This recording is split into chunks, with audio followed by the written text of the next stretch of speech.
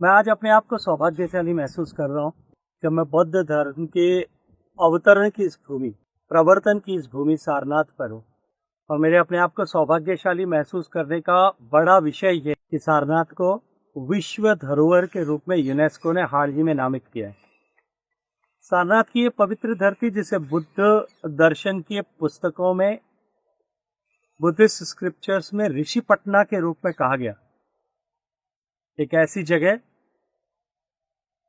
जो धर्म से परिपूरित जगह थी, अभय जिस जगह पर विचरण करता था, जिसे डियर पार्क के रूप में भी कुछ पुस्तकों में नामित किया गया। यहाँ भगवान बुद्ध ने ज्ञान प्राप्ति के बाद में, एनलाइटमेंट के बाद में पहली बार बौद्ध धर्म का उपदेश यहाँ से दिया। ये जगह और भी महत्वपूर्ण इसलिए है कि भगवान बुद्ध ने अपने पहले 5 शिष्यों को जो उपदेश दिया, उसके बाद में सभी स्थानों से आए 60 शिष्यों ने यहाँ से लेकर के बौद्ध दर्शन को पूरे विश्व भर में फैलाने का काम किया।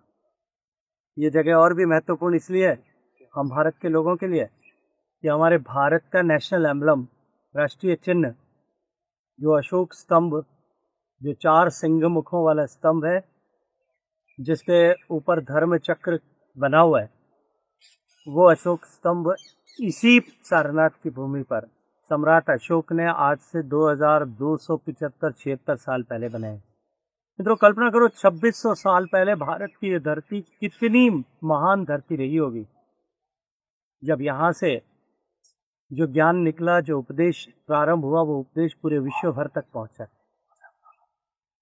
मुझे अत्यंत प्रसन्नता होती है माननीय प्रधानमंत्री जी के मार्गदर्शन में 1998 में जिसे टेंटेटिव लिस्ट में नामित किया गया था, यूनेस्को में सूचीबद्ध करने के लिए विश्व धरोहर के रूप में, वो यात्रा 28 साल बाद जाकर के पूरी हुई।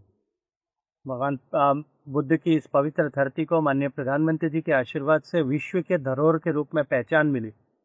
एक लंबी प्रक्रिया, एक जटिल प्रक्रिया, अनेक तरह की कमिटीज़ की मीटिंग, हिस्टोरिकल एविडेंसेस, वैलिडेशन, एक बड़ा डोसियर बनाना, और उसके साथ में आईकॉमर्स जैसी संस्थाओं का आकर के यहाँ फिजिकल इंस्पेक्शन करना, और उसके बाद में पूरे परिश्रम के बाद में जब ये सफलता मिलती है तो निश्चित रूप से अत्यंत प्रसन्नता होती है। और इसका विश्व धरोहर के रूप में नामित होना भारत और वाराणसी, उत्तर प्रदेश, तीनों के पर्यटन के लिए अत्यंत महत्वपूर्ण होगा। और भगवान बुद्ध के जीवन से जुड़े हुए 4 स्थान, लुम्बिनी, बोधगया, सारनाथ और कुशीनगर, ये सभी स्थान जो हैं आज, श्रावस्ती, कुशीनगर, ये सभी स्थान जो हैं आज विश्व के सूची पटल पर हैं। और निश्चित रूप से भारत में और वाराणसी में आने वाले पर्यटकों की संख्या में इसके चलते हुए बहुत अभिवृद्धि होने वाली। पूरे देश को मैं आज यहाँ बैठ करके इस उपलब्धि के लिए बहुत सारी शुभकामनाएं देता हूँ। उत्तर प्रदेश सरकार को इसके लिए बहुत सारा साधुवाद देता हूँ। उनके सतत सहयोग और माननीय प्रधानमंत्री जी के आशीर्वाद, उनके मार्गदर्शन के बिना ये संभव नहीं था। वो तो भारत की संस्कृति के पुनरुद्धारक के रूप में काम कर रहे हैं। मैं बहुत सारा साधुवाद देश के लोगों के ओर से और दुनिया भर के करोड़ों बौद्ध धर्म मतावलंबियों की ओर से माननीय प्रधानमंत्री को